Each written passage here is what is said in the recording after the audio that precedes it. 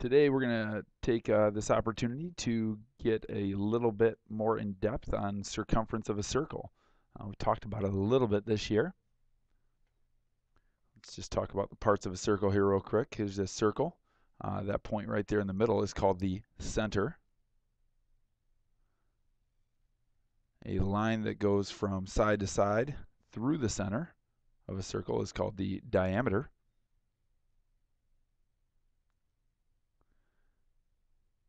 A line segment that starts at the center and goes to the edge of a circle is called the radius. And the measure of the distance all the way around the circle is called circumference.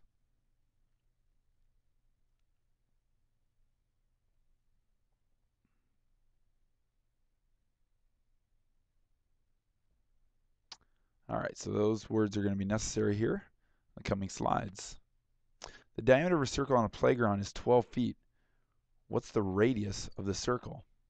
Well, looking at that picture that I just drew for you on the first slide, the diameter of a circle on the playground is 12 feet. Diameter goes all the way across the circle. What's the radius of this circle? Well, the radius is got a direct relationship to the diameter. Two radiuses make up one diameter, or a radius is half the diameter. So given the diameter here is 12 feet, the radius should be half of that, meaning that the radius is 6 feet. Memorizing these equations isn't really what I'm expecting you to do. More so, you should know that the radius is half of the diameter, and the diameter is twice as much as the radius. So it shouldn't be a lot of work to really figure out. It's just something we should be able to do in our head if we know the relationship between the diameter and the radius. A spoke on the bike wheel is about 12 inches long. The diameter of the wheel is about how many inches? Okay, so this time when they're talking about the spoke, they're talking about a radius. Okay, there's the spoke of the wheel, also known as the radius, or approximately the radius. So if it's 12 inches and the diameter is twice as much as the radius, then we should be doing 2 times 12, which means that the diameter would be about 24 inches. Again, I don't think it's necessary to do some big fancy equation. Not that this is big or fancy to be able to do this, but you have to understand the relationship between diameter and radius. Okay, so what is the name for the perimeter of the circle? Circumference. Okay, I kind of told you that on the first slide as well, but circumference is just kind of a fancy name for perimeter of a circle. How many diameters equal a circumference? Okay, we know that 2 radiuses equal a diameter, and half of a diameter equals a radius, but how are diameter and circumference related? How many exact diameters equal a circumference? It's kind of a tricky question. But circumference equals pi diameter. So there are pi diameters in a circumference. That's kind of weird, but when we start talking about what pi is, maybe it'll make more sense to us. But there are pi diameters in one circumference of a circle.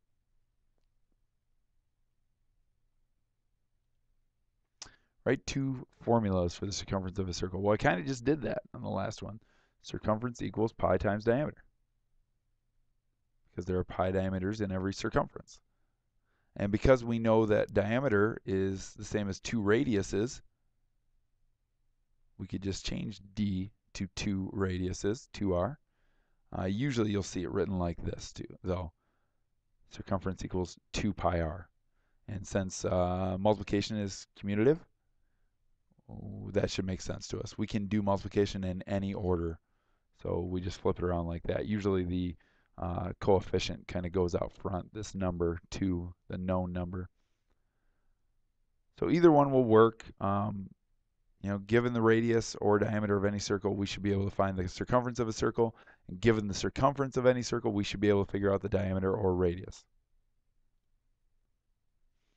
Which of these terms does not apply to pi? Well, is pi a rational number? No, it's not. So, there's our answer right there. Pi is not a rational number. It can not be written as a fraction or the ratio of two integers. That's why we have a symbol for it. If it was rational, we wouldn't need that fancy symbol there. Okay? It is irrational, and it is a real number. It's irrational. We cannot represent it as a ratio of two integers. It's real. I can point to it on the number line. That's what makes it a real number. I can point to it on the number line. So what I've just done there is I've explained my answer to problem F. Pi cannot be represented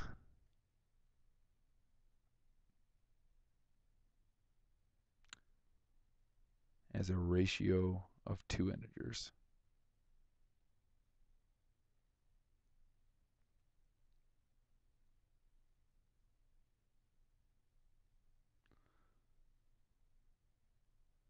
But it can be found on the number line.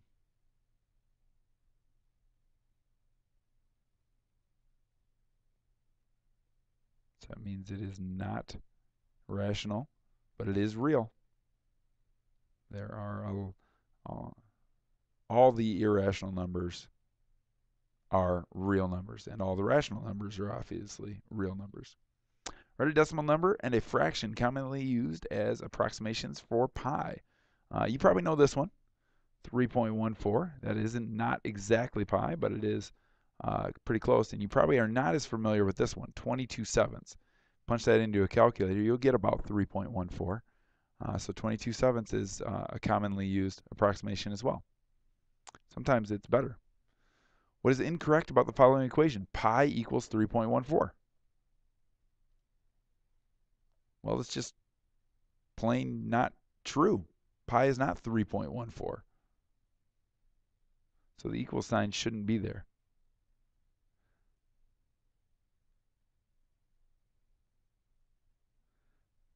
Because pi is not 3.14. Pi is about 3.14. It's an approximation. 3.14 is of pi. It's not equal to pi. So make sure we're clear on that. Okay, we can take this out more digits or we can take it out less digits.